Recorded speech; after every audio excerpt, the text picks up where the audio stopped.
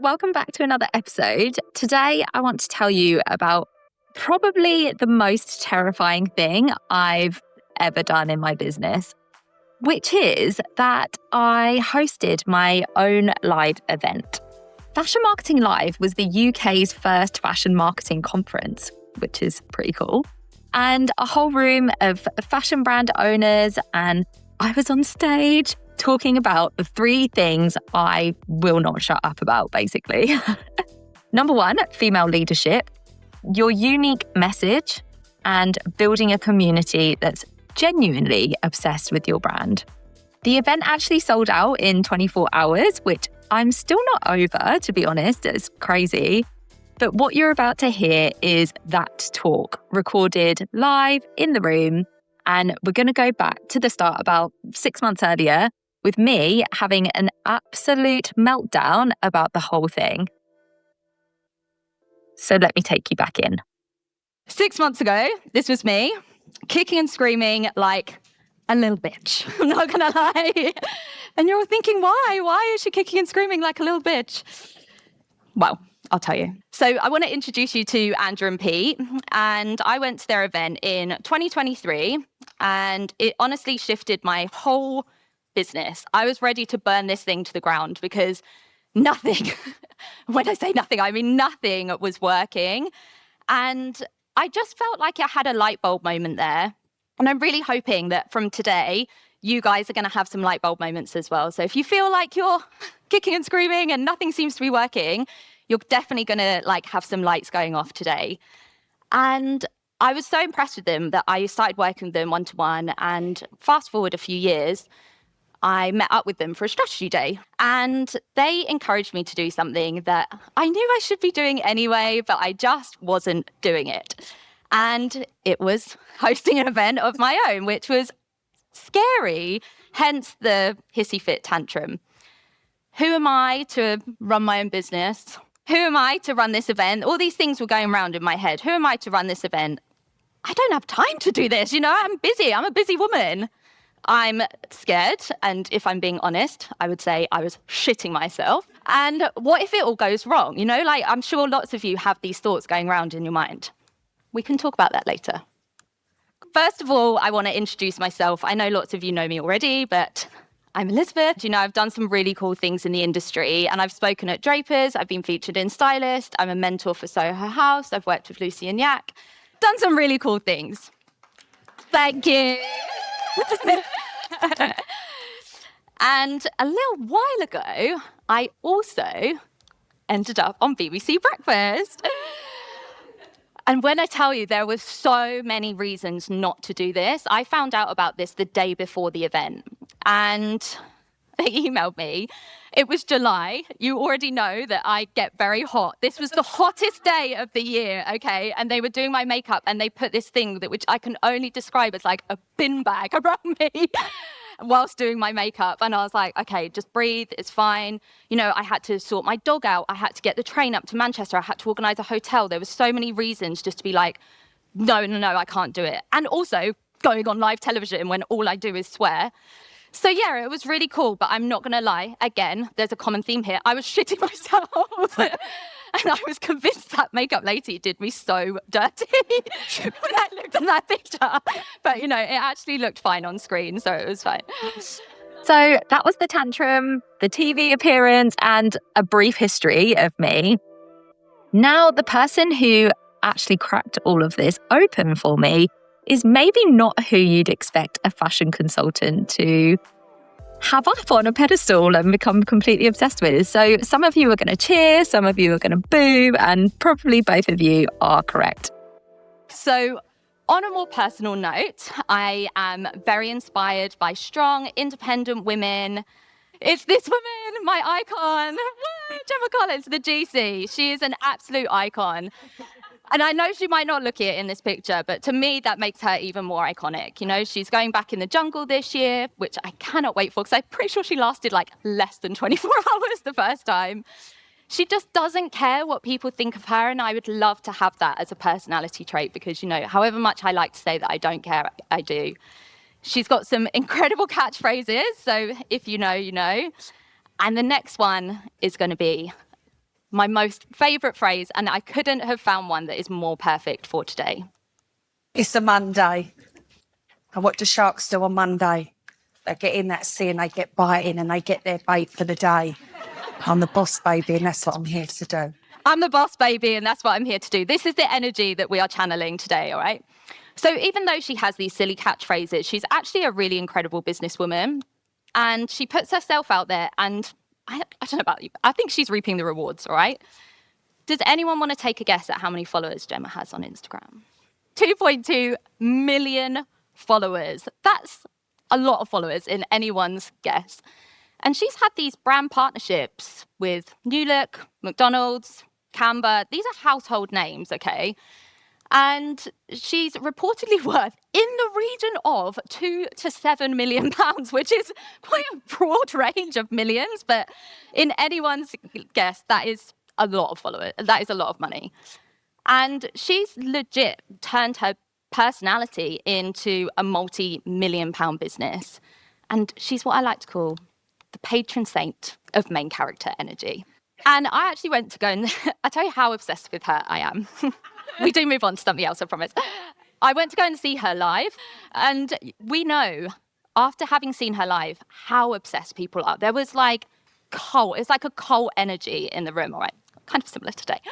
We actually had Catherine Ryan sat behind us who was like whooping and cheering, and we were like, wow, she's like, again, a household comedian, and she's obsessed with Gemma, all right? And so if people are obsessed with her, it kind of got me thinking, like, how can we get people to become obsessed with us? And we all know, I'm not going to tell you, I've said this for years and years and years online. I'm not going to tell you and like bore you to death about being the face of your brand. We know that that is the easiest route to success in 2026. But it's not just that. It's not just being a founder-led brand. And it's also not just sort of shouting into the abyss.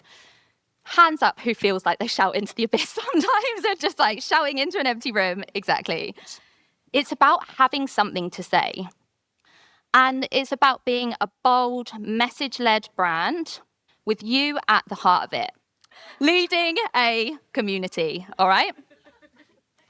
I'm pretty sure I know everybody's face in this room, so I know you're all putting your face out there, but are you leading a community? Yes or no? Only you know that. Okay, so this is what we're going to be exploring today. And we're going to be covering more Huns. Good to know. Tigers, lions, Debenhams, religion, politics, and posh spice. Buckle up, ladies.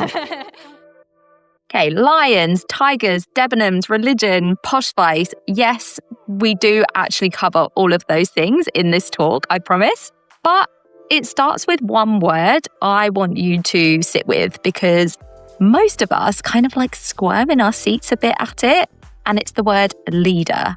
On the screen in the room, I literally pointed a little stick at it. And here's why.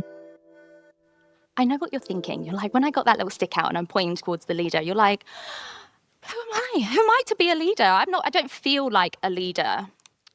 And if you're not prepared to be a leader, you can't expect to have a following.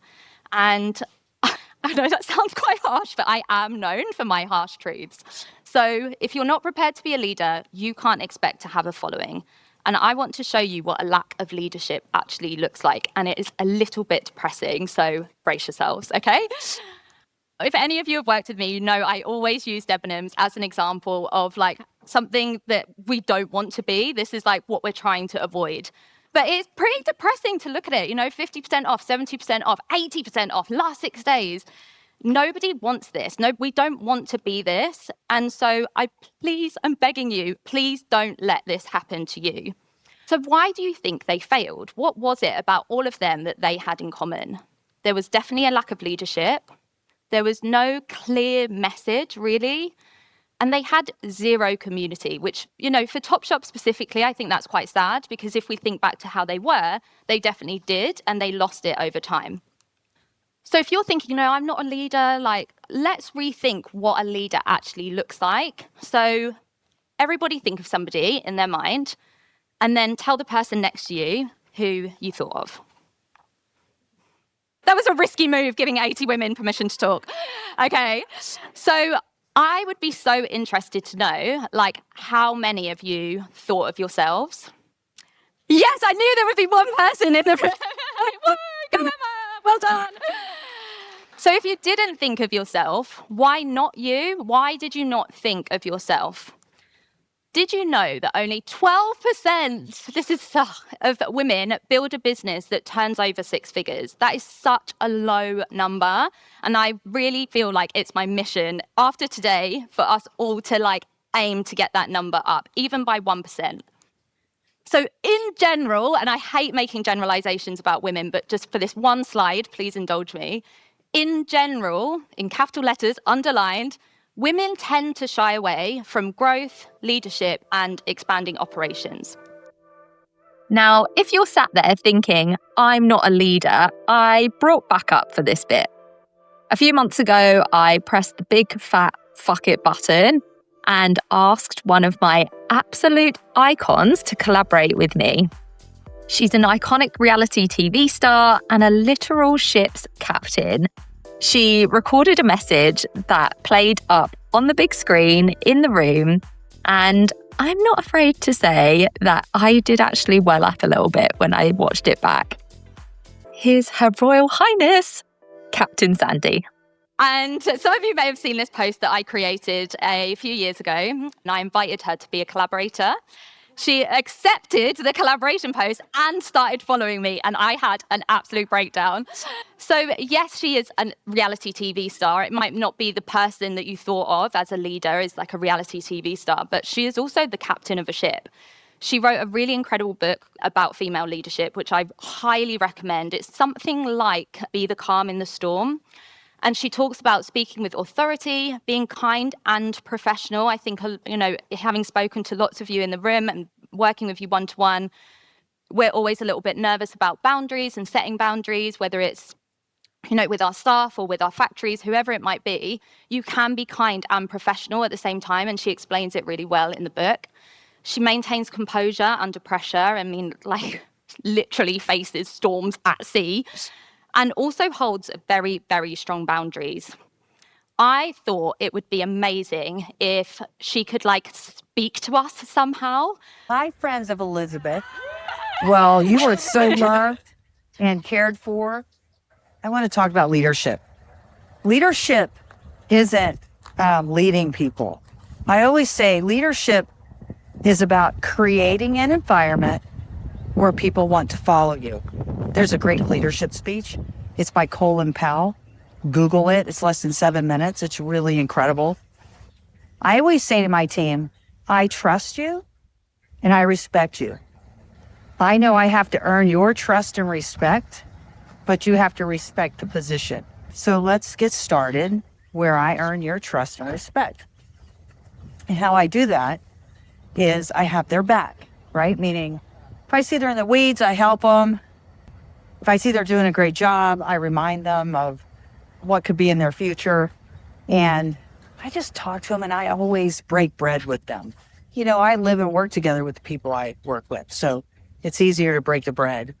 But maybe just, it isn't like you got to placate them, but you just show them that you care, and that you want to get to know them. Because when you get to know people, and it's truly, they can tell if you're faking it or not. And if it's real, they will follow you anywhere. People just want to feel like they're appreciated. You can't change other people. You have to change your approach. So I always say to myself, how do I reach this person? Well, just like I take a wave. If a big wave's coming at me, I know if I take it head on, it's not going to be an easy ride. But if I approach the wave from an angle, and my landing is softer. So always think about the soft landing. Change your approach. Remember, people don't change. You're the person that has to change, and how you speak to people. And that's what I always think of. How can I reach them? How can I pivot them? And there are some that just won't. And those are the ones you have to let go. Anyway, send me an email to sandy@captainsandyyawn.com. Just tell me what's happening, and I will give you whatever advice that I have inside me, and see how it helps. Anyway, never second guess yourself. Always talk to other people that you respect. And I always emulate the behavior I want them to be, right? So just being who you want them to be. Thank you. I mean, talk about fun. Jesus, I was like in tears reading that and editing it. It was so cute. So I think after that, we are now all officially leaders, okay? Like that is done. That's in the past. Right. Leaders, officially, all of us, the lot of us, moving on. Because leadership on its own isn't the be-all and end-all. The next piece is the one people always seem to kind of get backwards, is the community aspect. What it actually is, why it matters so much now more than ever, and what on earth Nike has to do with religion. Before I answer that, what even is a community? It's a group of people with a leader and a very clear shared mission. And your brand community becomes an extension of your mission. The GC, she didn't go out and find 2.2 million people individually. She was unapologetically herself, and then 2.2 million people kind of aligned with that and followed with that message. I've decided to go with a honeypot, all right? And the GC is the honeypot. She is there. She's letting all the bees come to her. She stands strong with this message and doesn't go out and do the bees' work. She lets everyone come to her. You know, she doesn't care what everyone thinks. She has this clear message, and she is the leader, quite literally the queen bee. And we could call it a honeypot, but we could also call it a honeypot. All right, so this is the visualization that I want you to think of. We don't need to go out and find our customers. We need the message. We need to lead the community and let them come to us.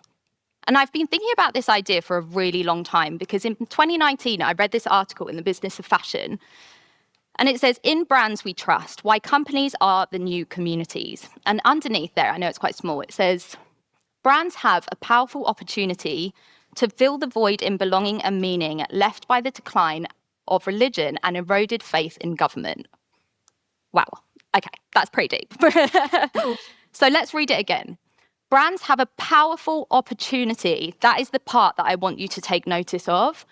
To fill the void in belonging and meaning left by the decline of religion and eroded faith in government. When I read that, I was like, holy shit. That is so true.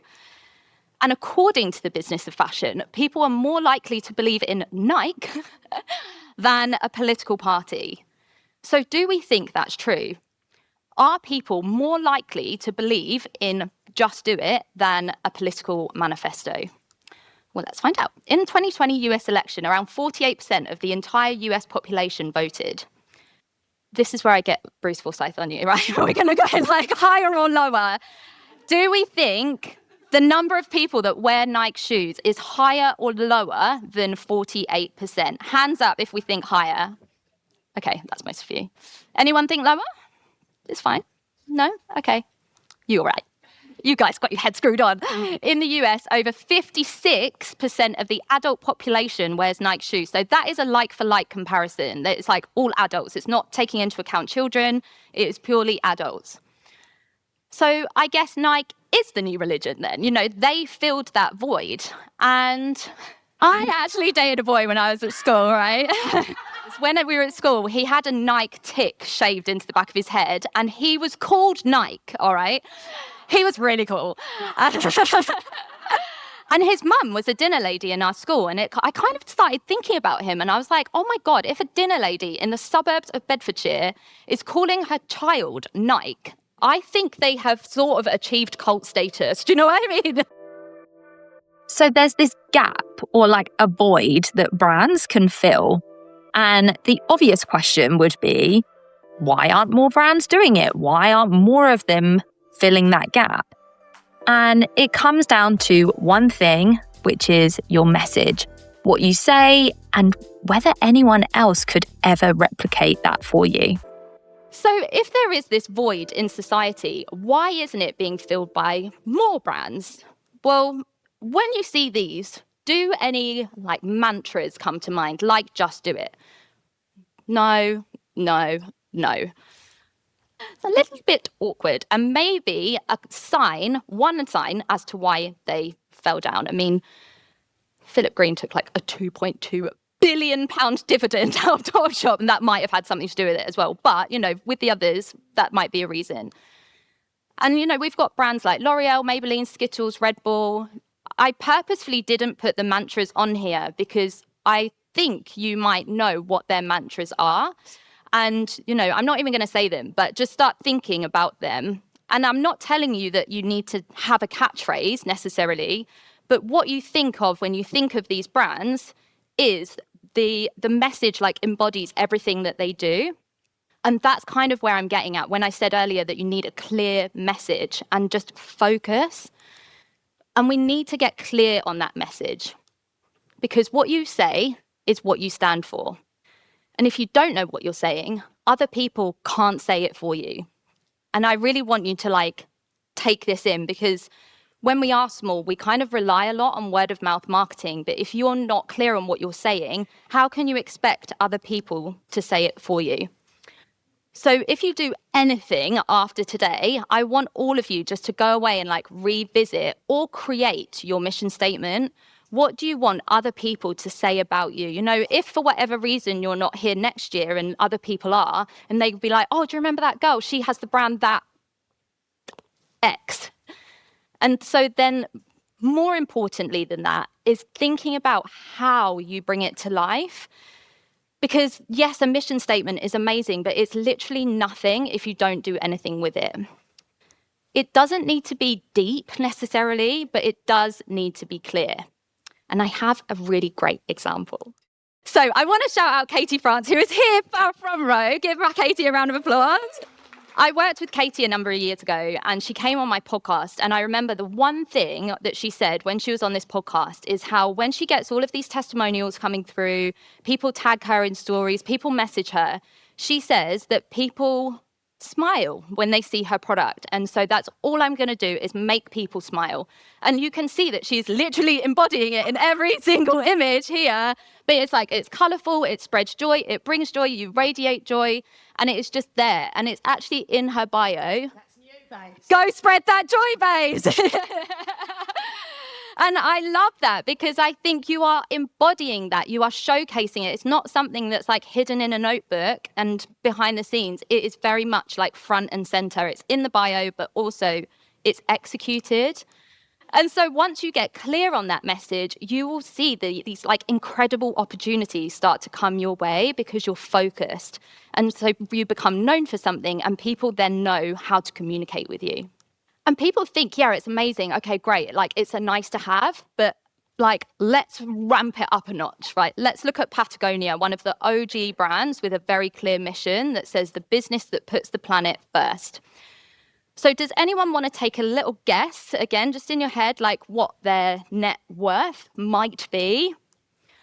$3 billion. Okay, it's not these little mission-led brands. They're so cute at the kitchen table.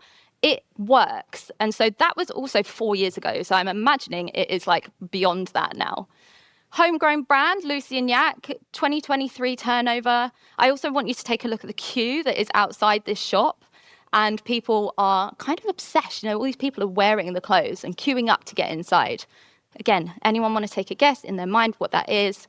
£26.8 million turnover. Yes, I know. I don't think many people realise how much money they make. And that was 3 years ago. Gymshark, again, another lovely queue outside. This is what we're after, all right? Not the depressing images that I showed you earlier. This is actually really widely reported when they were raising funding that it was £1 billion, which is crazy, right? I'm very much channeling her with this mic. I'm loving it. And so what's missing? It was a mission, a customer profile, clear direction, and personality. So where's the magic with these three? A mission. Can you see where this is going? Customer profile, clear direction, and personality. So in summary, just make good choices, it's really not that hard. But it is that hard because you're scared and you're scared to speak your mind. And our friend Danny P, does anyone know who Danny P is? Daniel Priestley? Yes? Oversubscribed. I would recommend If you have not read Oversubscribed, please read it. It's like the best business book you could imagine for a product or service-based business, but I really think a product-based business can take so much from it. And he said the worst thing you can be in business is vanilla. Simple, right? Except it isn't, because there's a voice in your head doing absolutely everything it can to stop you. I gave mine a name. And I also want to introduce you to a woman called Hillary, who won 20 quid for doing absolutely nothing except being brave. So did you know that your brains, everyone's minds in here has a negativity bias?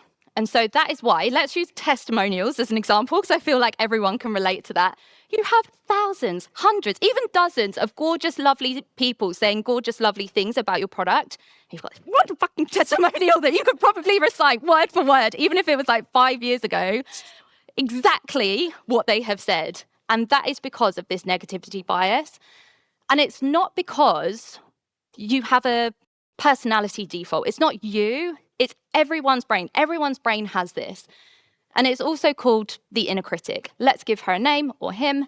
I'm going to call mine Brenda. And I inevitably offend somebody's like mum or auntie or grandma at this point, but whatever name we want to say. And the reason it's important to give it a different name to who you are is because, yes, it speaks so loud. It speaks first as well. So quite often you start thinking that you are this voice, but you're not this voice. That is Brenda's voice. This is my voice. They are two separate things. And you have control over this voice, even when it doesn't feel like it. And then, yes, it's very useful to keep us away from like getting ourselves run over or burning ourselves on the pan. But like Dorothy says, you're going through life being like lions and tigers and bears. Oh my, like lions and tigers and bears can actually kill you. So she had a point. However, opening our phone and getting on camera and speaking our mind, that's not going to kill us, but our brain doesn't really understand the difference between the two. So it's not so useful when it comes to being bold and brave. So the next part is I need a volunteer. Does anybody... Oh, Hillary, yes. All right, come on, get up on stage. Give a round of applause for Hillary, everybody. So I just need you to stand here. And what I'm going to do is give you 20 quid. That's it. Round of applause for Hillary. Let's go. Woo! How many of you are thinking, fuck, I wish I put my hand up? I would, if I were you. And the next time you guys face a challenge, I want you to think of insert brave person's name here, Hillary, who literally just went, yeah, fuck it, I'll do it. She had no idea what I was going to ask her to do. She's still alive, as far as I'm aware. Nothing bad happened, only good things. I was thinking of saying like, oh, maybe I could ask her to do this. And it's like, no, I'll just give her 20 quid. Who knows? Like, actually good things can happen when you put yourself out there. And so the next time you face a challenge, I want you to really challenge that subconscious part of your brain to be brave and just shoot your hand up and go, yeah, I'll do that. See what happens. And so on the theme of Huns, I'm going to say Miley Cyrus is a pretty good Hun. And she has this great phrase that says, legends get scared too. I'm scared right now, but the difference is we do it anyway. So what if that moment you stood apart from the tribe was the moment you created your own? The moment, you actually decided just to create your own. And I'm going to show you an example. Because you're probably thinking, I might be the only one who thinks these things. Like, what if no one else thinks this? Or that you're a bit weird and nobody else is like you. Let me introduce you to... We couldn't have a talk about Huns without having the founder of Hunsnet, all right? Also, somebody that I interviewed on my podcast. And I said to him, how did you come up with this idea of Hunsnet? You've literally created a subculture of British, personality. And he said, he was in his bedroom and said to his boyfriend, does anyone else shout Rachel Adeniji in their bedroom, on X Factor? Does anyone else do that? Yes, everyone did it. It was so funny. And that is how Hunsnet came about, is he was just is anyone else doing this? Is that weird? Am I the only one that's doing this? Turns out 280,000 people did do that. And so that was just him going, let's find out. Let's see what happens. And he created this insane community and is now, again, also reaping the rewards.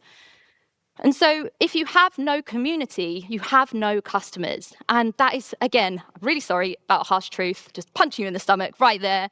But people think they build community off the back of their customers, but it's actually the other way around. When you build a community, those people turn into your customers.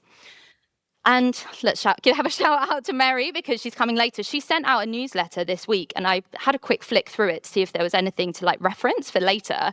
But I was like, actually, this fits in really nicely here. Somebody had written in about hosting events inside their brick and mortar store. And she said, nothing involves unless we are willing to take some risk. And that's like a big message that she has kind of pushed forever. And I think if she's saying it, it's not just me saying it, she's also saying it as well. So essentially, if there's no risk, there's no magic. Okay, like magic sounds great, but it needs to be perfect. Instagram wants perfection. But does it? Does it actually want perfection? I'm going to like challenge you on that because I disagree. Hands up who's seen the Vicky B documentary. Of course you have. If you haven't, get it on Netflix tonight because it is so good. I thought it was amazing. She was in multi-million pounds worth of debt. I mean, what was she paying that guy to water her plants? It was like 40 grand a year or something. It's nuts. And so she tried pumping a lot of money into the business, more specifically David's money. But, that was like actually quite embarrassing for her to admit that on international television. And lots of us think, if I had given Hillary £1 million, like that, surely that would solve all of your problems. You've got loads of money, you could go out and fix it. But like, she's a good example of like, money isn't necessarily always the answer because it didn't work. Like, I'm sure she had her own toddler tantrum of trying to get this to work and bringing on this investor. She had kind of like created this perfect illusion. It just wasn't working. And the investor's answer was, get back on an iPhone, start connecting with your audience, be real, be normal, just like be relatable. When you show up as perfect, you start sort of thinking, is this real? You start thinking, is she like airbrushed? Is it AI? Who knows? Okay, great. She's got loads of money. She's got like a hairdresser. She's got a studio. She's got a photographer, blah, blah, blah. But when you show up here, you're just like, yeah, that's real. And so when you show up as perfect, you sort of create this like barrier between you and your audience, which is not what we want. We want to like bring that barrier down and connect with people. So in a world of AI, perfection just creates more questions than answers.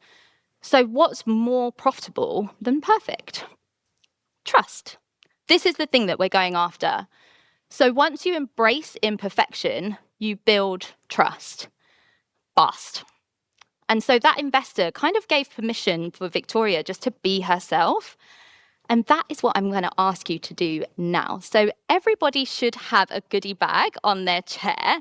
And inside that has a permission slip with a Kris Jenner quote on it. So I want you all to find this pink permission slip and grab a pen. What are you going to give yourself permission to do from today? What's something that you manifest? I know this slip is really gorgeous. It was designed by Sarah at Design Gals. Like, she's unbelievable. And I don't want you to overthink it. I know it's like having a brand new notebook and you don't want to ruin it. Just write the first thing down that comes to your mind because that's the thing that you need to give yourself permission to do. Don't dick around, like scroll, cross it out, make it messy, whatever it is, because that is like the opposite to what Victoria Beckham would have done years ago. Like, let's just write it down. What's the one thing you're avoiding that you don't have time for? What would you do if you weren't chasing perfection? And what would you do if you weren't afraid to lead? Okay? So everyone write the first thing down, just like, and even if it's scary, it doesn't matter. It's only going on a piece of paper. You can burn it afterwards if you want to, but ideally you won't.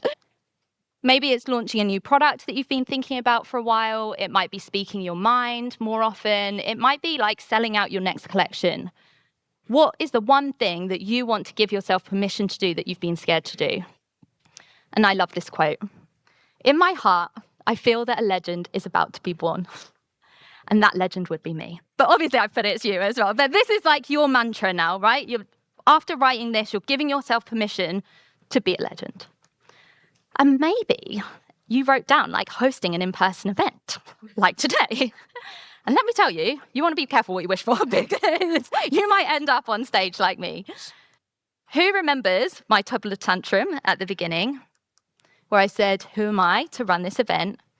I don't have time to do this. I'm scared. And what if it all goes wrong? Can you see that we've kind of covered all of this today? Because I've done it. And I asked for a lot of help, I'm not going to lie. And I'm still very much scared. But it sold out in 24 hours. Okay, am I a legend? And so I was in the bottom set at maths, all right? But the maths I can do is magic maths. So I've pulled together this sort of summary of what we've spoken about today. And that is leadership plus a message plus a community equals brands that we are obsessed with, all right? And so going back to the GC, I want everybody to channel our inner GC. And I need Emily ready, I need Catherine ready, I need Ryan ready, and Megan ready, because there is a mask in your bag. It's got the eyes, so you're going to need to pop the eyes out, all right? Everybody get their masks on. Everybody. 3, 2, 1. It's a Monday! And what do sharks do on Monday? They get in that sea and they get biting and they get their bait for the day. I'm the boss, baby, and that's what I'm here to do. Right. There you have it.